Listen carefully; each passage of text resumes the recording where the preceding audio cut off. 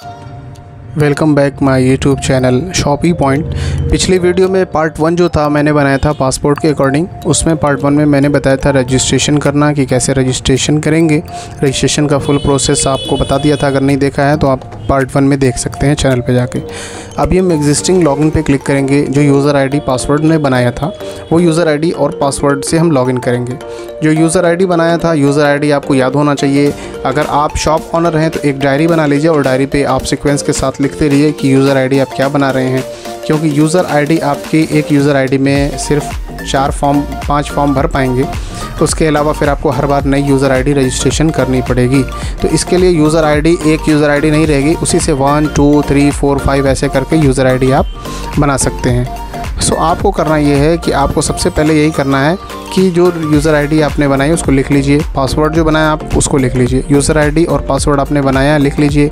यहाँ पे लॉगिन कर लिया हमने। अब लॉगिन करने के बाद view save submit application form जो है ना, इसको हम क्लिक करेंगे या फिर अप्लाई फ्रेश पासपोर्ट पे क्लिक करेंगे या PCC पे। 3 से हमको मतलब है, इन्हीं तीनों से हमें काम है।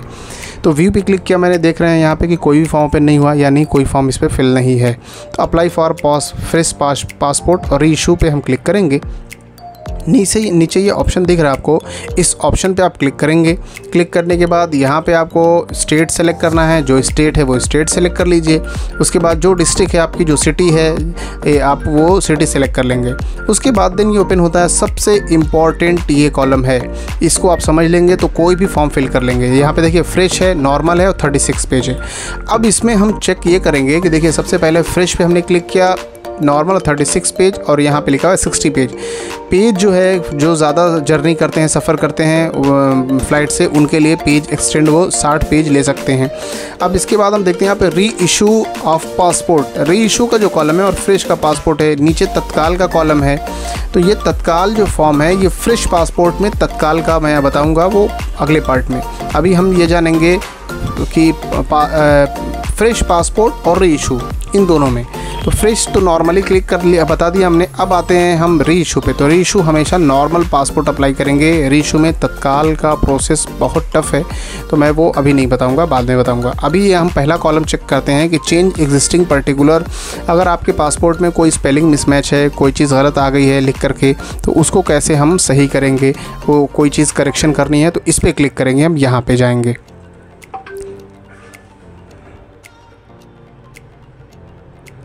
फिर सेकंड कॉलम देखते हैं डैमेज पासपोर्ट। डैमेज पासपोर्ट जो लिखा हुआ है, डैमेज पासपोर्ट यानी पासपोर्ट अगर आपका ख़राब हो गया है। एग्जिस्टिंग ऑफ पेज को प्लस करना है। लॉस पासपोर्ट अगर गुम हो गया है। Validity expire more than 3 year ago, 3 साल से ज़्यादा पुराना अगर पासपोर्ट आपका एक्सपायर हो गया है, वो दिखा रहा है कि अगर 3 साल से ज़्यादा एक्सपायर हो गया तो इस पर क्लिक करेंगे। ये है validity expire more than 3 year due to expiry, यानी एक्सपायर हुआ है 3 साल के अंदर अभी हुआ है या 3 साल से अभी हुआ नहीं है, तो इस पर क्लिक करेंगे हम। ठीक है, तो ये कॉलम हो गया validity expire within due to expiring, इस पर क्लिक करना है हमको। ठीक है, अब इसके बाद हम देखते हैं कि यहाँ पे जो ऑप्शन है ना, वैलिडिटी एक्सपायर विदिन 3 ईयर या ड्यू टू एक्सपायरिंग, ये हो गया। ये बहुत इंपॉर्टेंट कॉलम है, आपको इसको समझना पड़ेगा। हम आएंगे फ्रेश पासपोर्ट अप्लाई करके आपको बताएंगे, बाद में फिर हम आपको बारी बारी एक एक कॉलम पार्ट वाइज हम आपको बना के बताएंगे। यहाँ देख लें, नाम, सरनेम, फिर उसके बाद जेंडर, फिर उसके बाद you have the change your name. नाम अगर कोई चेंजिंग है, कोई और नाम है आपका, सरनेम है तो उस पर क्लिक करना है। फिर उसके बाद आउट ऑफ इंडिया में बर्थ है तो वो सेलेक्ट करना है, यस नो। इंडिया में पैदा है तो नो करेंगे, इंडिया के बाहर हैं तो यस करके यस करेंगे। यहाँ पे स्टेट सेलेक्ट करेंगे, अपने डिस्ट्रिक्ट सेलेक्ट करेंगे, मैरिड अनमैरिड जो भी है आपका वो सेलेक्ट करेंगे। सेलेक्ट करने के बाद आप जो है नीचे आएंगे, यहाँ मैरिड में कर लेता हूँ। और ये फॉर्म मैं एक फिल करके डेमो फॉर्म मैं आपको दिखाता हूँ। उसके बाद यहाँ पे आएंगे, पैन नंबर इफ़ एप्लीकेबल, चाहे तो डालें चाहे ना डालें। यहाँ पे फॉर्म मैं आपको यही सजेस्ट करूँगा कि आप ना डालें यहाँ पे कोई भी चीज़। यहाँ पे आप देख लीजिए, गवर्नमेंट एम्प्लॉय हैं तो गवर्नमेंट एम्प्लॉय डालें, प्राइवेट हैं, होम मेकर हैं, नॉट एम्प्लॉयड हैं या स्टूडेंट हैं, जो आपका है, या सेल्फ एम्प्लॉयड हैं, जो भी कॉलम आप सुटेबल है आपके लिए वो यहाँ पर आप सेलेक्ट कर सकते हैं। ठीक है। अभी आप यहाँ पे जो चाहें वो सेलेक्ट कर सकते हैं अपने हिसाब से। ये रिटायर जो होते हैं ना, रिटायरमेंट के लिए, रिटायर जो हो जाते हैं गवर्नमेंट एम्प्लॉय, ये उनके लिए कोई डॉक्यूमेंट उनके लिए नहीं लगेगा। अगर गवर्नमेंट पे क्लिक कर देते हैं तो एनओसी लगेगा, नो ऑब्जेक्शन सर्टिफिकेट कंपलसरी हो जाएगा, क्योंकि इन जॉब में है गवर्नमेंट का। जो रिटायर हो गए रिटायर्ड पे, और अगर जो जॉब नहीं कर रहा है तो नॉट एम्प्लॉयड पे क्लिक कर सकता है। हम नॉट एम्प्लॉयड क्लिक करते हैं। यहाँ पे नो रहेगा। अगर कोई माइनर बच्चा है और गवर्नमेंट एम्प्लॉय में उसके कोई पेरेंट्स हैं तो यस करेंगे, अदरवाइज़ नो करेंगे। ये नो ही रहेगा कॉलम, ठीक है। यहाँ पे नो हम रखेंगे कॉलम।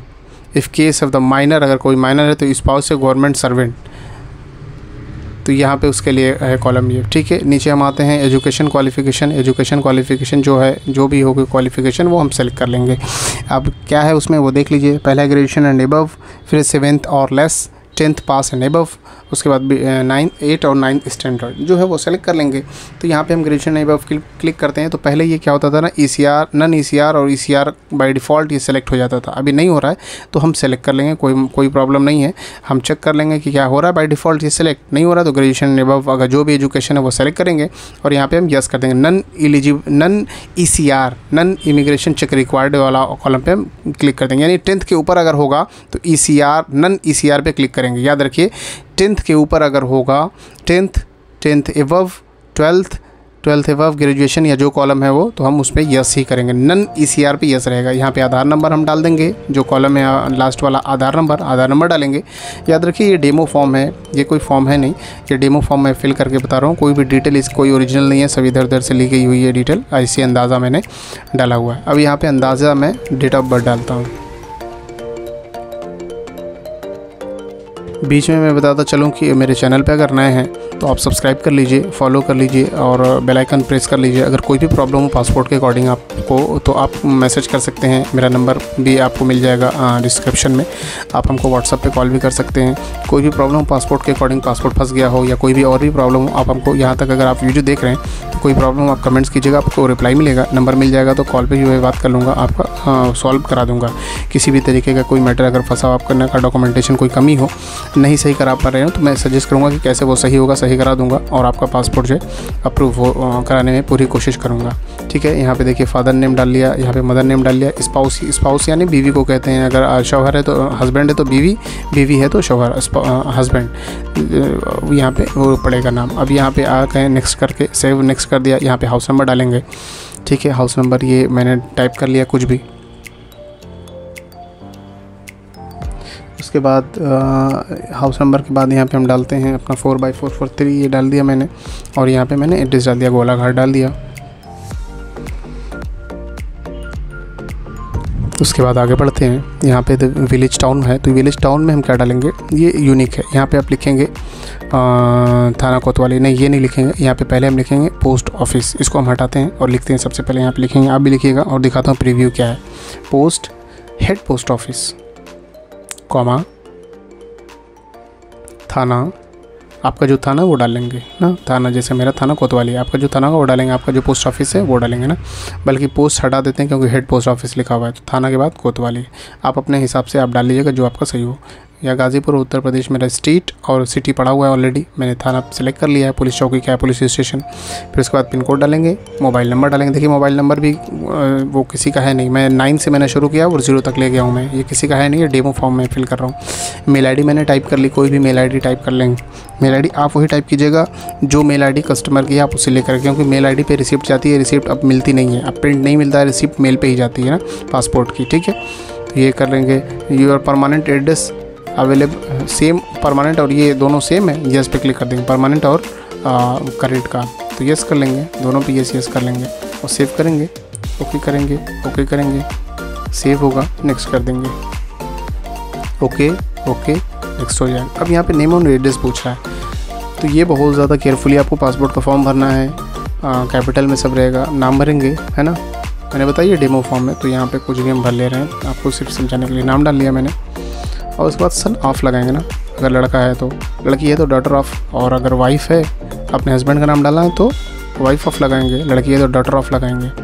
तो इस तरीके से नाम लिख लिया, फादर नेम लिख लिया, कॉमा लगा करके मैंने एड्रेस टाइप कर लिया हाउस नंबर के साथ, है ना, गोलाघाट। पोस्ट ऑफिस मैंने जो लिख लिया, हेड पोस्ट ऑफिस। एक एक कॉलम अच्छे से आप फिल देख करके भरिए। पासपोर्ट का फॉर्म है, थोड़ी सी भी गलती होगी तो पासपोर्ट रुक जाएगा आपका, तो इसलिए केयरफुली आप फॉर्म को बहुत केयरफुली भरिए, है ना। मैंने पूरा एड्रेस आपको फिल करना है, फुल एड्रेस। फिर यहाँ पे मोबाइल नंबर मैंने डाल दिया 0987654321 किसी का है नहीं, ऐसे ही मैंने डेमो के लिए भर दिया है। मेल ID डाल लिया, सेव कर लिया, नेक्स्ट कर दिया, आगे यहाँ पे डिटेल अवेलेबल। अगर आपने पासपोर्ट अप्लाई किया था, रुक गया है, होल्ड हो गया है या कोई कुछ गुम हो गया है, तो ऐसा पासपोर्ट नंबर आप डिटेल डालने के लिए अवेलेबल करेंगे तो आ जाएगा। फिर नीचे लिखा है do you have the apply, passport apply किया है बट नॉट रिसीव्ड, पासपोर्ट आपको इशू नहीं हुआ है, तो यस करेंगे। तो फाइल नंबर मांगेगा, डालना पड़ेगा, तो नो कर दीजिए। अगर नहीं आपने अप्लाई किया है, पहली बार अप्लाई कर रहे हैं तो नो करेंगे। ऊपर वाले पे भी डिटेल नॉट अवेलेबल क्लिक कर देंगे, नीचे वाले पे भी नो, सेव करेंगे, नेक्स्ट करेंगे, अगले पेज पे आ जाएंगे। अगले पेज पे आएंगे, ये जो है ना कॉलम यस और नो, ये केस का है, केस ऑफ टाइप। अगर किसी के ऊपर केस है, मुकदमा है, तो इससे रिलेटेड जो चीज़ें होती है ना, ये इसमें फिल करनी पड़ती है। आपके ऊपर कोई मुकदमा कुछ इस तरीके का कुछ है नहीं, सेव करेंगे, नेक्स्ट पढ़ेंगे और आगे बढ़ जाएंगे, ठीक है। उसके बाद अब यहाँ पे पासपोर्ट का प्रीव्यू आ गया। यहाँ पे पासपोर्ट की पूरी फुल डिटेल यहाँ पे दिखा रहा है, तो फुल डिटेल हम यहाँ पे मैच कराएंगे ना, पूरी डिटेल हम मैच कराएंगे कि क्या है, क्या सही है, क्या गलत है। सारी चीज़ें एक एक टू वर्ड हम यहाँ पे मिलाएंगे ना, मैच कराएंगे कि क्या सही है क्या गलत है, पूरा A to Z मिलाते रहेंगे, मिला लेंगे क्या है सही क्या गलत है। और अगर गलत होगा तो प्रीव्यू पे क्लिक करके प्रीव्यू पे जा करके उसको हम करेक्ट कर लेंगे, ठीक है। बहुत केयरफुली मिलाना है आपको। यहाँ पे नाम, डेट ऑफ बर्थ, जेंडर, सब कुछ यहाँ पे मिला लेना। इसका फर्स्ट नेम था इसीलिए फर्स्ट नेम है, किसी का first name, middle name, last name तीनों होता है, तो तीनों यहाँ पे करना मेंशन होगा। अब यहाँ पे देखिए प्रूफ मांग रहा है, आपके पास जो 2 प्रूफ हो यहाँ पे आपको मेंशन करना पड़ेगा कौन कौन सा प्रूफ आप लेके जाएंगे। तो यहाँ पे मैं पहला कर देता हूँ पैन कार्ड, क्योंकि फर्स्ट में आधार कार्ड का ऑप्शन नहीं होता, तो फर्स्ट में कर देता हूँ पैन कार्ड, सेकंड में मैंने कर दिया आधार कार्ड, ठीक है। यहाँ पे लिख देते हैं आई एग्री, और यहाँ पे गाज़ीपुर, ठीक है। यहाँ पे गाज़ीपुर ऊपर सेलेक्ट नहीं हुआ है, फिर से हम आपको सेलेक्ट कर लेते हैं। पहले यहाँ पे वाराणसी लिख लेते हैं, क्योंकि वाराणसी में सबमिट करना है फॉर्म। ये छूट गया था, इसको मैं सेलेक्ट कर लेता हूँ फिर से, आधार कार्ड, है ना, आधार कार्ड। अब इसको सेव पे क्लिक करेंगे, सेव पे क्लिक करेंगे, सेव हो गया। फिर व्यू सेव सबमिट, सेव और सबमिट कर दिया मैंने, तो व्यू सेव सबमिट एप्लीकेशन पे क्लिक करके अब देखेंगे फॉर्म यहाँ पे सबमिट हो चुका है। अब पेमेंट पे आएंगे, हम व्यू करके चेक कर सकते हैं। यहाँ पे सेक्टर पेमेंट एंड अपॉइंटमेंट पे क्लिक करेंगे तो ये खुल जाएगा। अब यहाँ से सेलेक्ट क्लिक करेंगे पेमेंट के लिए। पेमेंट को आप किसी भी पेमेंट मोड से कर सकते हैं, चाहे QR कोड स्कैन करके आप करें, चाहे नेट बैंकिंग से करें, डेबिट कार्ड से करें, क्रेडिट कार्ड से करें, किसी भी पेमेंट मोड से आप पेमेंट कर सकते हैं। यहाँ पे क्लिक किया मैंने और यहाँ पे नेक्स्ट करके आगे बढ़ गए। पहले चालान भी प्रिंट करके पेमेंट होता था स्टेट बैंक से, बट अभी जो है कि चालान का मोड हटा दिया है और डायरेक्ट पेमेंट कर दिया है। अब फॉर्म आपको सबमिट कहाँ पे करना है, आप अपने लोकल एरिया में, आप अपने ज़िले में करना चाहते हैं, पोस्ट ऑफिस में, हर जगह पे करीब पोस्ट ऑफिस में पासपोर्ट का कैंप अवेलेबल है। मगर मैं सजेस्ट अपनी तरफ से करूँगा अपने एक्सपीरियंस के बिहाफ पे कि आप अपने लोकल में ना जमा करें, क्योंकि वहाँ से पासपोर्ट डिले कभी कभी हो जाता है पासपोर्ट आने में, और वेरिफिकेशन में मार्कशीट लग जाती है। तो आप वहाँ से ना करें, आप अपने रीजनल ऑफिस से करें, जैसे बनारस है, लखनऊ है, गोरखपुर है, ऐसे। जो डेट अपॉइंटमेंट मिल रही है यहाँ पे दिख रहा है आपको, यस करेंगे, पे अपॉइंटमेंट पे क्लिक करेंगे, ओके आई अंडरस्टूड पे क्लिक करेंगे, आई एग्री पे। अब ये आपका पेमेंट मोड खुल गया। नेट बैंकिंग है, other bank net banking, state bank debit card, other bank debit card, credit card और UPI का ऑप्शन, सारा ऑप्शन आपके सामने खुल गया है। सबसे आसान ऑप्शन जो होता है UPI का ऑप्शन है, आपको जो सूटेबल हो उससे आप पेमेंट कर सकते हैं। यहाँ पे आप UPI पे हम क्लिक करेंगे और आगे बढ़ेंगे। जैसे ही क्लिक करेंगे UPI नंबर भी मांग रहा है, और QR कोड पे क्लिक कर देंगे तो QR कोड वो फ्रंट पे आ जाएगा। तो QR कोड पे हम क्लिक करते हैं। जैसे QR कोड पे क्लिक करेंगे, कुछ सेकंड वेट करेंगे, QR कोड जनरेट हो जाएगा सामने, और पेमेंट चेक करेंगे। आप सबसे पहले पेमेंट चेक करेंगे कि आपने फॉर्म अगर सही फिल किया हुआ है तो 1500 शो करेगा। QR को स्कैन किया हमने, पेमेंट कर दिया, पेमेंट डन हो गया। ये 10 सेकंड बाद, आफ्टर 10 सेकंड बाद अपने ऑफिशियल वेबसाइट पे लौट जाएगा। नीचे लिख रहा है ना जो पेज है इसका, 10 सेकंड बाद अपने से उस पेज पे लौट आएगा। अभी हम वेट कर लेते हैं। देखिए ये खुल गया ना, यहाँ पे सारी चीज़ें, अपॉइंटमेंट नंबर आ गया, फॉर्म हमने फ्रेश अप्लाई किया है, नॉर्मल अप्लाई किया है, वाराणसी के लिए अप्लाई किया है, ठीक है। टाइमिंग शो कर रहा है हमारा, टाइमिंग सबसे देख लीजिए। टाइमिंग पहले नहीं पता चलती है, डेट तो पता चल जाएगी, मगर टाइमिंग अपॉइंटमेंट बुक करने के बाद ही पता चलती है। टाइमिंग हो गया, ठीक है, सक्सेसफुल पेमेंट हो गया। अब हम क्या करेंगे, इसको प्रिंट निकालेंगे, और प्रिंट निकाल करके इसको हम ले करके सारे डॉक्यूमेंट ओरिजिनल जाएंगे। याद रखिए सारे डॉक्यूमेंट ओरिजिनल, और सबकी कलर ज़ेरॉक्स कॉपी जाएगी। हाँ, आधार कार्ड जो है कि सिग्नेचर वेरीफाइड निकाल करके इस अपॉइंटमेंट के साथ लेके जा सकते हैं। इसके अलावा कोई भी प्रॉब्लम हो अगर आपको, तो आप कमेंट्स कीजिएगा, रिप्लाई मिलेगा। Thank you so much for watching.